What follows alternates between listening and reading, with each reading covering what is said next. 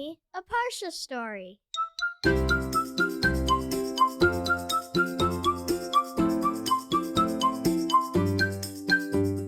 Welcome to Parsha House. This week's story was shared with me by Rabbi Mordechai Kamenetsky, and it's about the Chafetz Chaim, Rabbi Yisrael Meir Hakohain of Radin, who lived about 100 years ago, who was very well known for writing many books of Jewish law, of halacha, and he wrote extensively about using our words for the good, about the power of our words, and about refraining. That means keeping away from speaking unkind and doing our best to speak very kindly to every single person.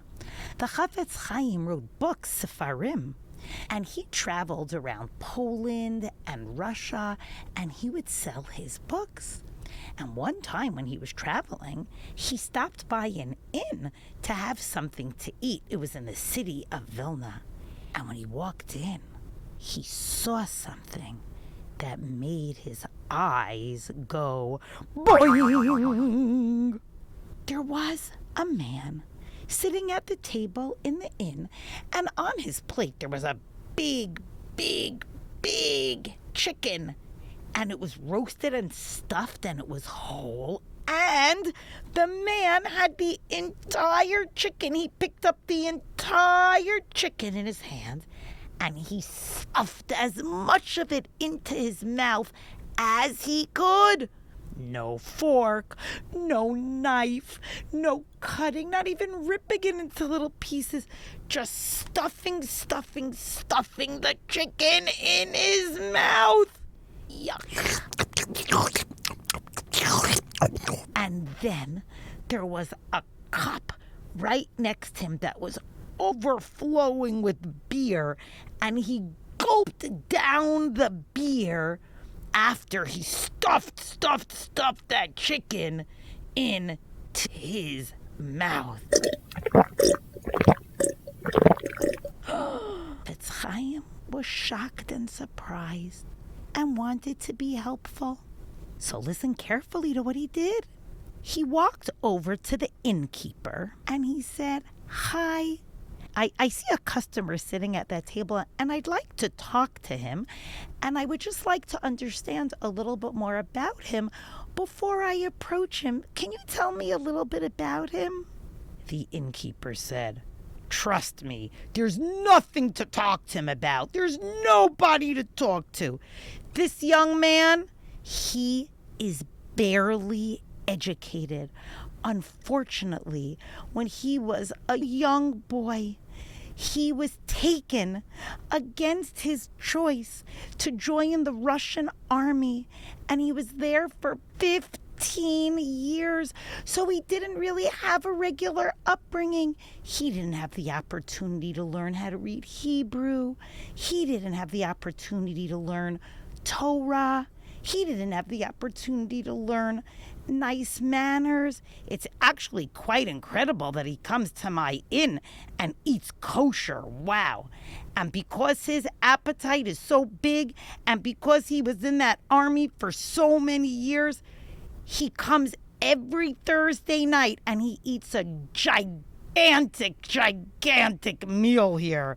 It's pretty good for my business." The Chafetz Chaim nodded his head and quietly and simply walked over to this gentleman who had served as a soldier in the Russian army for all those years.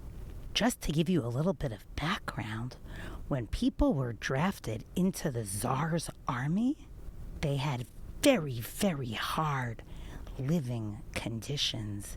It was freezing cold and not an easy life.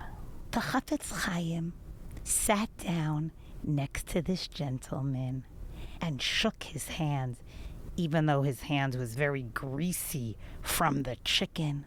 The Chafetz Chaim warmly shook his hand and said, "Hello, my name is Yisrael Meir, and I heard that you survived years brothers in the Russian army of Tsar Nicholas, and that you weren't raised in a community with your people. I'm sure that you had many, many hard experiences there. And wow, I am so impressed that you remained a committed Jew. Here you are eating a kosher meal, and tears welled up in the Chafetz Chaim's eyes, and he continued speaking to the gentleman. I am in awe of your strength.